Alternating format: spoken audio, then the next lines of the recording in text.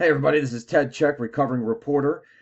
Here's an interesting headline. Americans actually trust the media far less than they say they do, study shows. And this merely bolsters what I've been saying in my new book, Saving the Beast, a recovering reporter reflects on America's broken media and how to fix it. But this is a new study, as far as I can tell, and it's found at newsbusters.org. Let's read from it here. Americans trust the media even less than they're willing to admit.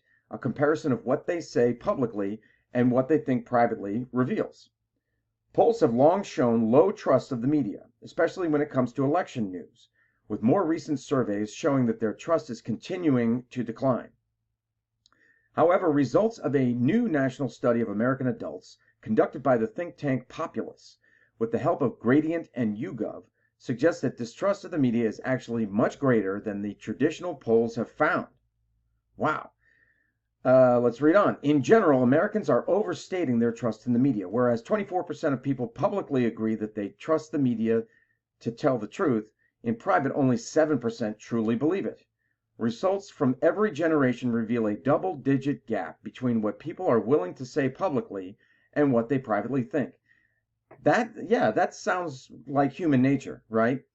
Somebody asks you a question, and you're among people that maybe you don't know that well, maybe they're acquaintances, or maybe you're being interviewed for a newspaper article, or a TV interview, or maybe it's a poll or a survey, something like that. Or you're just around people that, like I said, that you're not that familiar with. You say one thing, and then privately you're like, hey, you know what? This is what I really think. That's just human nature, I think. It's kind of a self-preservation thing, right? You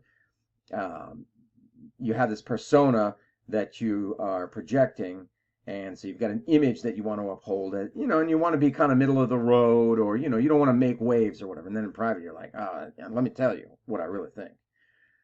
So that makes sense. Let's read on here. Thus, while about 1 in 4 Americans say they trust the media, only about 1 in 14 truly do trust the news they're being fed.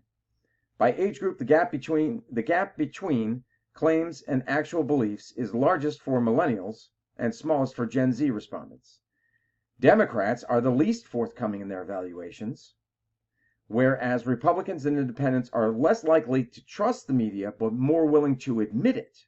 That's very interesting. Very, very interesting. So my initial reaction also was that, like, how are we to tell that? Like, we can only go, if you're conducting a survey, you can only go on what somebody tells you, right? You can't, this isn't Minority Report where you can see inside their brains and figure out what they're really thinking. Great movie with Tom Cruise, by the way.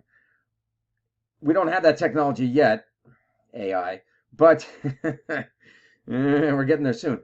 We don't have that technology, so what else can we rely on but what people tell us? Well, we go to the survey itself.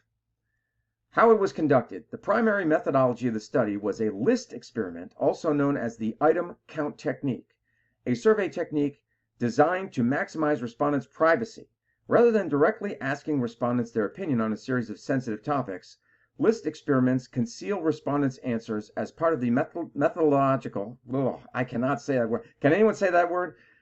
Design by aggregating responses to sensitive items with other items, minimizing the biases introduced by social desirability and non-response. Okay, I really don't know what that means. I think, well, let's read on here. The private opinions of respondents were then contrasted against their public opinions on the same sensitive topics by comparing list experiment results to those obtained by traditional public opinion polling methods. Okay, so somehow they were able to, I guess, more or less guarantee, hey, if you take this survey, we will guarantee your anonymity. Your name will not be associated with your answers. And then I guess the people that they polled had at one point or another expressed some type of opinions publicly, and then they look at them privately in the survey and they say, oh, okay, wow, look at that gap. I guess that's what they determined. So it's very interesting, and like I said, it just merely supports what I'm saying in this book. And I go into more detail in this book. How did we get to this point? How did we get to the point where people who used to place all their trust in the media, used to accept pretty much every word out of the anchor, the reporter, out of every word that they heard, every word that they read. It was the news. Everybody gathered around the TV. You have dinner. You watch the local news. You watch the nightly news, and you just accepted it. You know, just wholeheartedly.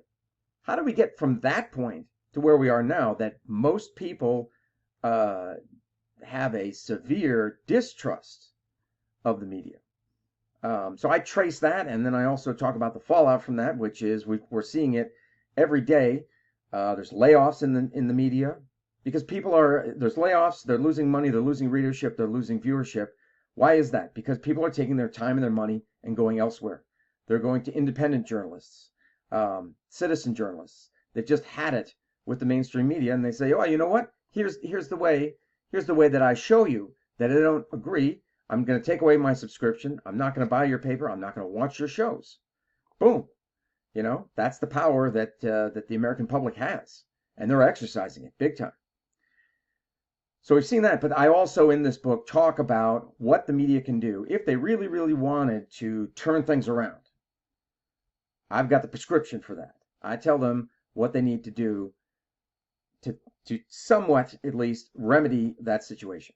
But anyway, yeah, go to newsbusters.org. That's where you'll see this study. It's very, very interesting, and like I said, falls right in line. It dovetails with what I'm saying in my book, Saving the Beast. Thanks so much. Let me know your thoughts, and I will talk to you later.